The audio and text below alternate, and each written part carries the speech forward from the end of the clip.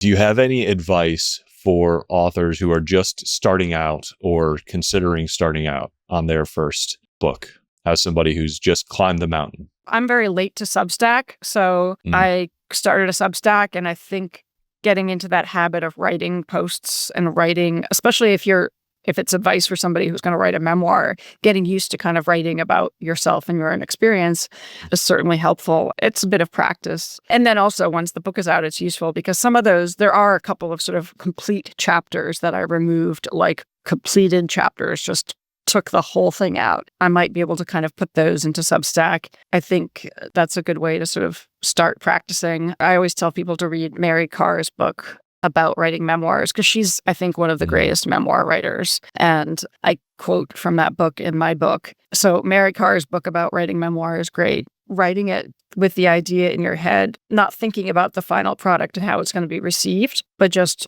writing your story as if you're telling a best friend everything that happened is kind of the easiest way to get through it and to think about it. And also just writing that first draft is probably the hardest part. I actually kind of sometimes very much enjoy sort of the editing process, but it's that initial writing part that's painful. I use Scrivener, which I quite like. I don't use it. I don't know how to use all the functionality there, but especially when your story isn't necessarily linear and you might want to move things around a lot, Scrivener is really useful for that writing software for like taking chunks and moving them around. And then at some point you got to kind of pull it out and then kind of keep it only in Word. But I found Scrivener really, really, really helpful, especially when you're potentially kind of rearranging sections and moving them around.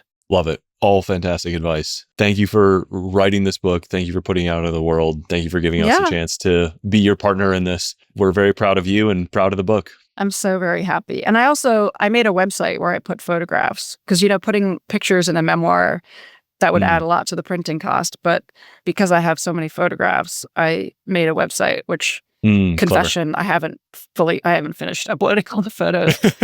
I guess I'm just doing it my own way.